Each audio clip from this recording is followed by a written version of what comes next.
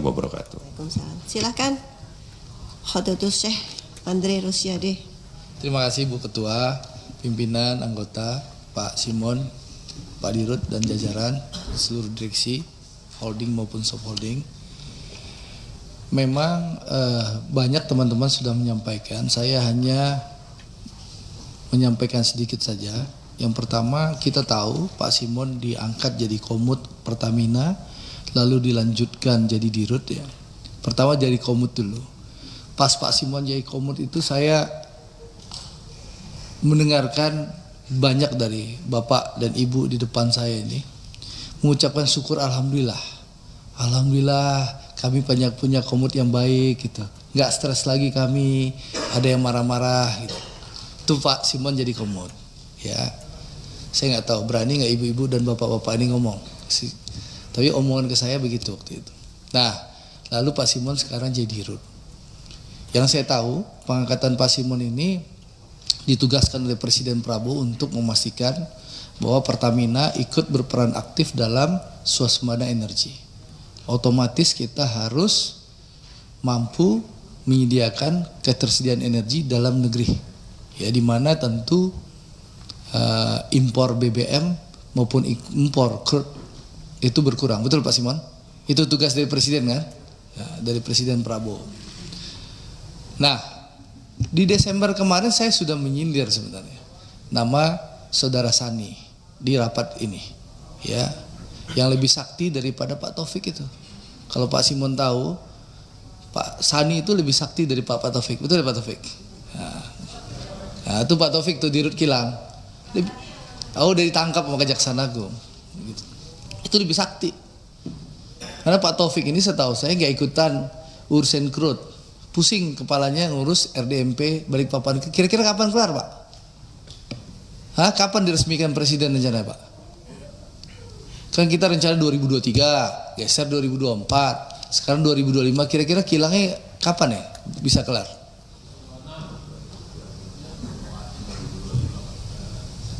September 2025. Nah, saya berharap jangan molor lagi karena kilang ini bukan hanya urusan menghasilkan BBM Pak Simon, tapi juga petrokemikal juga akan mendukung dan mendukung Indonesia juga bisa swasembada farmasi nanti. Ya, ini perannya bukan hanya urusan BBM, tapi juga banyak hal karena ada menghasilkan petrokemikal.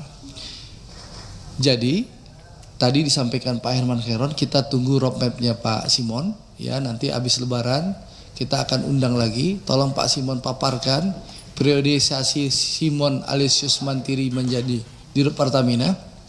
Apa langkah-langkahnya untuk mencapai arahan Presiden Prabowo bahwa kita bisa berswasembada energi. Apa langkah-langkah Pertamina? Ya, meningkatkan cadangan sumber minyak kita. Lalu kilangnya gimana? Lalu energi baru dan terbarukan yang disampaikan Pak Adi tadi. Nah, itu yang kita tunggu pertama, ya. Yang kedua soal libur Lebaran. Saya sudah berpengalaman 5 tahun ini. Kalau Lebaran, alhamdulillah Patra Niaga selalu mampu mengantisipasi dan mengatasi. Bicara dapil saya Sumatera Barat, saya ucapkan terima kasih Pak Ega ya, bahwa selalu SAM-nya dan juga GM More itu selalu kerja keras dan tidak ada masalah. Ya, hanya saya titip pesan Pak Ega, jangan sampai SAM-nya menegakkan aturan karena ada tekanan lalu dicopot gara-gara ada tekanan politik. Kasihan dia menegakkan aturan. Ya Pak Ega. Ya, itu Pak Simon pesan saya. Karena orang bekerja baik, bekerja keras lalu ada tekanan politik dicopot. Kan kasihan. Besok takut orang SAM memberantas permainan LPG 3 kilo. Ya, karena ada tekanan-tekanan politik. Gitu loh. Itu yang kedua. Yang ketiga, Pak Simon, di kampung saya itu kita hanya punya satu kayak depot di Plumpang itu. Kita hanya punya satu depo seperti di Bungus ya Pak Alfian. Apa namanya itu Pak Alfian? Tangki apa namanya? Teluk Kabung. Nah, harapan saya udah minta ke Patra Niaga untuk mengkaji di daerah Pasaman. Yaitu bisa investasi, bisa monggo Pertamina lakukan, atau nanti Pertamina buka tender untuk swasta. Karena kalau Bungus Teluk Kabung itu putus jalannya, itu akan mengganggu distribusi BBM. Nah, tolong Pak Alfian ingatkan Pak Edo, Pak Ega dan Pak Edo ya, untuk kajiannya bisa diselesaikan, jangan terlalu lama bikin kajian itu, gitu loh, supaya bisa dieksekusi, sehingga ada kepastian kalau nanti ada bencana. Lalu yang terakhir, yang menarik ini, yang soal kasus ini. Jadi saat kasus berkembang, Pak Simon dan teman-teman Pertamina, itu saya bangun tidur tanggal 1 Maret, tiba-tiba rame di medsos. Ya, rame di medsos, saya di Instagram saya itu diserang ribuan buzzernya Ahok. Ya, buzzernya Ahok, saya lihat kenapa saya diserang sama buzzernya Ahok, temannya Pak Darmadi ini gitu loh. Iya, buzzernya banyak 0. Kalau Ahok ini akunnya rata-ratanya postingannya 0, followernya 0 gitu loh. Saya screenshot Pak. Jadi kalau di proses hukum saya bisa buktikan nanti. Jadi itu buzzer Ahok. Nah itu menarik nih, ntar dulu. Menarik, saya kaget kan. Tanggal 1 kenapa? Oh saya lihat ternyata di TikTok rame. Pernyataan saya tanggal 15 Februari yang minta Presiden Jokowi untuk mengganti Ahok. 15 Februari 2020. Ya, saya sebagai anggota DPR Komisi 6 minta Pak Ahok diganti karena membuat kegaduhan di Pertamina. Supaya Pak Simon tahu, ya, 15 Februari 2020 saya bicara Ahok diganti. Itu Ahok itu baru 1 kali datang ke kilang Pertamina di Tuban, ya. Di Tuban waktu mendampingi Presiden Jokowi datang ke Pertamina, belum pernah ke kilang-kilang lain. Dan 15 September 2020 itu ya, Ahok itu belum pernah ke unit hulu. Tanya Pak Tiko nih, Pak Tiko 2020 jabatan Pak Tiko apa dulu Pak Tiko? Masih di Pertagas.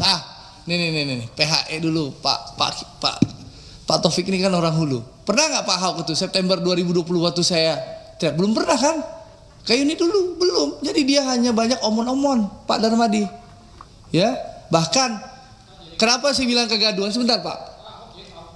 Jadi kegaduhan, contoh Pak Simon punya direktur SDM sama namanya Hersuk. Sebelum Hersuk tuh ada orang tua namanya Pak Kus. Ya. Nah, bapak-bapak ini tahu bagaimana Ahok membentak-bentak tuh orang tua Pak Kus itu, ya. Karena apa? Pak Ahok minta ada orang yang dinaikkan promosi tapi tidak sesuai jenjang kepangkatan. Pak Kusnya nggak mampu menaikkan.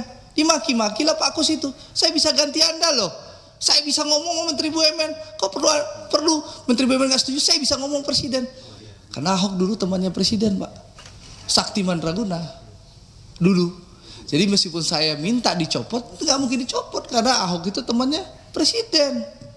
Sakti Mandraguna Ahok itu, Prof Darmadi. Pulang keluar dari penjara langsung bisa jadi Komet Pertamina.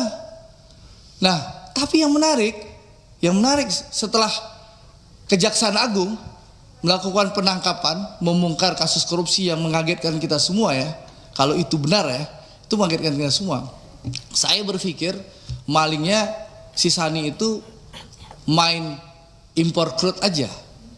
Ya, saya nggak sangka kalau dia nyolong di RON juga. Ya. Itu kalau itu terjadi, ya, itu Ahok ngapain aja Pak Darmadi, ya? Padahal Ahok itu menikmati loh penghasilan puluhan miliar jadi Komet Pertamina. Jadi dia marah-marah ke Pak Alfian, maki-maki Pak Alfian di ruang rapat, itu ngapain aja, ya? Karena di Ahok itu komisaris utama 2019 sampai 2000 berapa sih terakhirnya? Dia alasannya kan nggak 2024. Bayangin Pak Darmadi puluhan miliar per tahun. Belum lagi rajin main golf gitu loh. Itu fasilitas yang didapatkan Ahok sebagai Komet Pertamina. Dan kita tahu di Undang-Undang Persero, ya PT Komet tuh bisa ya melaporkan. Lihat Erick Thohir, Menteri BUMN. Ada kasus Jiwasraya. Dia dapat data, dia datang ke Kejaksaan Agung. Jiwasraya diproses. Asabri, Pak Erick bersama Pak Prabowo punya data. Pak Erick lapor ke Pak Prabowo, Pak ini proses bagaimana? Kata Pak Prabowo, lanjutkan proses hukum Pak Erick. Diproses Asabri. Ahok ngapain selain ngebacot, omon-omon, marah-marah, maki-maki bapak-bapak? Apa yang dilakukannya? Ada nggak dia bawa data ke aparat penegak hukum? Nggak ada kan? Ngapain dipanggil? Kita ngapain ngasih panggung orang yang sudah pensiun, nggak berbuat apa-apa, lalu sekarang setelah Kejaksaan Agung melakukan penegakan hukum, dia mau jadi pahlawan kesiangan. Ya, ini kan pahlawan kesiangan. Untuk apa? Kalau dia punya data, harusnya dia jadi komut, dia bawa datanya ke Kejaksaan Agung, ke KPK atau ke kepolisian. Itu baru kerja pengawasan. Kalau sekarang setelah Jaksa Agung di era Prabowo melakukan penangkapan, lalu dia ngebacot. Oh, kalau saya bisa, saya punya data. Lu ngapain aja lu bro selama ini gitu loh. Ini kan orang sudah pensiun, nggak punya panggung politik, memanfaatkan kehebatan Kejaksaan Agung di era Prabowo untuk numpang tenar kembali supaya populer lagi. Gitu loh Pak Fadli. Ini gaya politisi numpang tenar pansos terhadap kemampuan kinerja Jaksa Agung di bawah era Prabowo Subianto sebagai presiden. Gitu loh. Jadi ini saya ingin menegaskan kepada buzzer-buzzer Ahok ya, menurut saya sudah mengganggu sekali. Ribuan akun nggak bodoh, nggak jelas menyerang saya di tanggal 1, 2, 3 Maret. Ya setelah itu selesai dia serang Erick Thohir dan Boy Thohir habis itu. Ya, saya 3-4 hari lah Prof. Lumayan, menurut saya mengganggu karena berita daur ulang 15 September 2020. Nah di sini saya menggunakan hak saya menjawab itu karena saya pergi umroh Prof waktu itu. Jadi saya nggak bisa menjawab dan saya ingin menjawab di depan direksi Pertamina. Ya, karena saya tahu bahwa Bapak kan tahu banyak omon-omon aja, ngebacot aja. Sekarang setelah Jaksa Agung melakukan penegakan hukum, ya di bawah eranya Prabowo, siapa saja yang melanggar hukum, yang korupsi disikat zaman Pak Prabowo, baru dia pura-pura muncul sebagai pahlawan kesiangan. Dan alhamdulillah jejak digitalnya banyak. Ngaku nggak pernah jadi ditawarkan diri, ternyata pernah ditawarkan diri oleh Pak Jokowi. Ini banyak kebohongan-kebohongan. Jadi saya minta teman-teman, mari kita rasional. Ya, itu hak teman-teman mau ngundang Ahok silahkan. Tapi ya ngapain kita kasih panggung? Serahkan kepada aparat penegak hukum, Kejaksaan Agung yang sudah bekerja luar biasa, gitu loh. Ya, jadi menurut saya sekali lagi ya hati-hati. Politik buzzer ini, tapi memang buzzernya nggak sekuat dulu Pak. Waktu dulu Pak Simon, saya duduk di meja situ di ujung, saya bilang Ahok tuh komisaris Rasa Dirut. Pak Simon karena waktu itu Ahok itu sangat berkuasa, powerful waktu itu karena dekat presiden, buzzernya luar biasa. Sebulan saya dihajar. Tapi kalau sekarang karena udah jauh dari kekuasaan 3 hari doang dia mungkin mampu bikin buzzernya. Itu Pak Mufti. Dulu waktu saya duduk di sebelah Pak Mufti itu, gara-gara komut Rasa Dirut, 1 bulan, 3 bulan saya dihajar sama Ahok. Ya, itu hebatnya medsosnya pasukan Ahok tuh Pak Deka. Kalau sekarang karena mungkin sudah nggak berkuasa, hanya 3 hari Pak Simon. Jadi saya ingin menyampaikan sekali lagi, selamat bertugas. Saya tunggu roadmapnya Pak Simon. Buktikan bahwa Pak Simon bukan pilihan yang salah dari Presiden Prabowo. Tunjukkan kepada rakyat Indonesia bahwa konsistensi Presiden Prabowo, bahwa beliau tidak ingin omon-omon, bahwa beliau ingin mewujudkan kita betul-betul di periode 2025, 2024, 2029 ini kita bisa bersuasembada energi, bersuasembada pangan, dan kita bisa berdiri di atas kemampuan kita sendiri. Apalagi Pertamina salah satu ujung tombak dan antara. Harapan kita, harapan kami, ya, seluruh harapan rakyat Indonesia tentu Pertamina benar-benar bisa membenahi tata kelola, ya, sehingga bisa jadi perusahaan yang sehat, menghasilkan keuntungan, dividen yang bisa memperkuat Danantara. Kita tahu Danantara ini adalah cara percepatan bagi Presiden Prabowo agar ekonomi Indonesia tumbuh 8%. Dan sekali lagi saya rasa kita harus mendukung Pertamina, ya. Jaksa Agung sudah menjelaskan secara detail bahwa BBM Pertamina sekarang tidak lagi dioplos, ya, tidak ada pengoplosan. Jadi memang kualitasnya sesuai yang dijual, dan saya rasa kita harus mendukung semua. Dan kedua, tentu kita harus memastikan jangan sampai Pertamina ini, tadi disampaikan Kak Wendra, kita jangan sampai melakukan pembersihan tapi membakar menyari rumahnya, ya, tikusnya. Itu dilakukan oleh kami bersama-sama Kementerian BUMN, membenahi Asabri dulu Pak, lalu membenahi Jiwasraya. Kita membenahi tanpa perlu membakar rumahnya.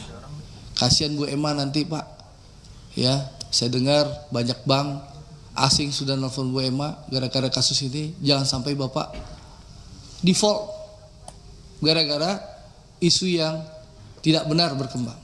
Ya, ini juga penting, ya. Pertamina ini ujung tombak kita, BUMN terbesar kita, ya harus kita dukung bersama-sama. Kalau ada yang salah, tentu harus dibenahi. Kalau ada yang maling, silahkan proses hukum berjalan. Jadi saya ingin menyampaikan, sekali lagi, kita jangan sampai memberikan panggung kepada orang-orang yang pansos melihat kinerja Kejaksaan Agung yang luar biasa di era Pak Prabowo Subianto. Ya, kalau Anda punya kekuasaan dulu, ya Anda laporkan. Anda punya bukti, Anda bawa ke aparat penegak hukum. Jangan hanya podcast, lalu bawa buzzer-buzzernya, bangun opini di media sosial. Itu namanya omon-omon. Omon-omon, itu teh. Jangan kita omon-omon. Kalau Anda menikmati puluhan miliar sebulan, setahun, Anda terima penghasilan dari Pertamina setahun, ya, lebih gede kan penghasilannya Ahok di Pertamina daripada Prof Darmadian di DPR, betul? Lebih besar penghasilan Ahok di Pertamina jadi Komun atau penghasilan Prof Darmadi di DPR? Puluhan miliar, Prof. Besar nggak? Nah, jadi gitu. Iya, 60 juta Prof sebulan. Kalau Ahok miliaran. Jadi menurut saya kita jangan mau terjebak dengan opini orang pansos atas kinerja Kejaksaan Agung. Jadi sekali lagi Pak Simon, saya tunggu roadmapnya dengan teman-teman direksi semua, ya. Mari bekerja keras. Sekali lagi, mari kita bersama-sama benahi Pertamina, dan mudah-mudahan saya berharap di era Pak Simon betul-betul kita bisa wujudkan swasembada energi, ya. Ya, kasih tepuk tangan lah, ayo tepuk tangan lah. Sedikit Bu Pimpinan, Kenapa Pak? 1 detik aja. Apa? Mobilain temannya Ahok. Jadi terlepas daripada ini sampaikan Pak Andre, tapi catatan tuh menjadi introspeksi. Kan podcastnya panjang tuh, kan tuh ke dalam boleh tuh diteliti, ya kan? Karena banyak data juga disampaikan. Nanti Pak Simon bisa menyaring semuanya. Saya pikir Pak Simon kan wise ini, ya, bisa menyaring semua. Ya. Yang kedua, sebetulnya ini sekarang memang buzzer-buzzer ini banyak kan, termasuk saya nih korbannya, Dre. Foto saya dipasang. Ya, ini klarifikasi juga, nggak ada proyek. Mana ada proyek saya di Pertamina? Ketemu aja enggak, ya. Ketemu Tio aja kita. Ya, paling di Tio di sini. Nah, makanya saya tadi katakan, ya, paling Tio aja yang di DPR kita ketemu. Ke kantornya saya nggak tahu kantornya Pertamina di mana. Ya, pernah nggak saya ketemu di luar dan sebagainya. Saya juga mau curhat, Prof. Gara-gara Pertamina juga saya dibawa-bawa foto saya di TikTok dan banyak, Prof. Iya, betul. Jadi, juga ya Pak Eko. Iya kan banyak. Tapi saya memang jadi kita lapor bareng-bareng, Prof, nanti, Prof. Ya, sekarang lebih top ini saya. Saya pasang fotonya. Jadi itu. Ya, jadi Tapi kan Prof nggak ditulis kan sama koruptor, kejaksaan, KPK, suruh periksa Prof Nurdin enggak? Ada kita kan nggak ditulis kan. Nah, Ahokers itu melakukan hal itu, Prof. Iya. Menurut saya itu politik nggak sehat, ya, sekali lagi.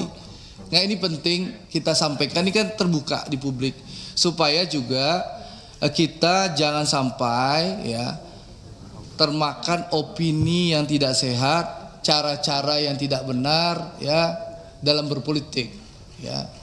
Kalau Anda sudah lewat eranya, ya sudahlah, pensiun baik-baik. Ya, kalau Anda punya data, Anda serahkan ke aparat penegak hukum, gitu loh. Adik, Gitu loh. Andre udah? Ya. Udah belum? Oke. Cukup. Jadi gitu, Saudara Mufti sampaikan kepada temannya Ahok. Terima kasih. Wassalamualaikum warahmatullahi wabarakatuh.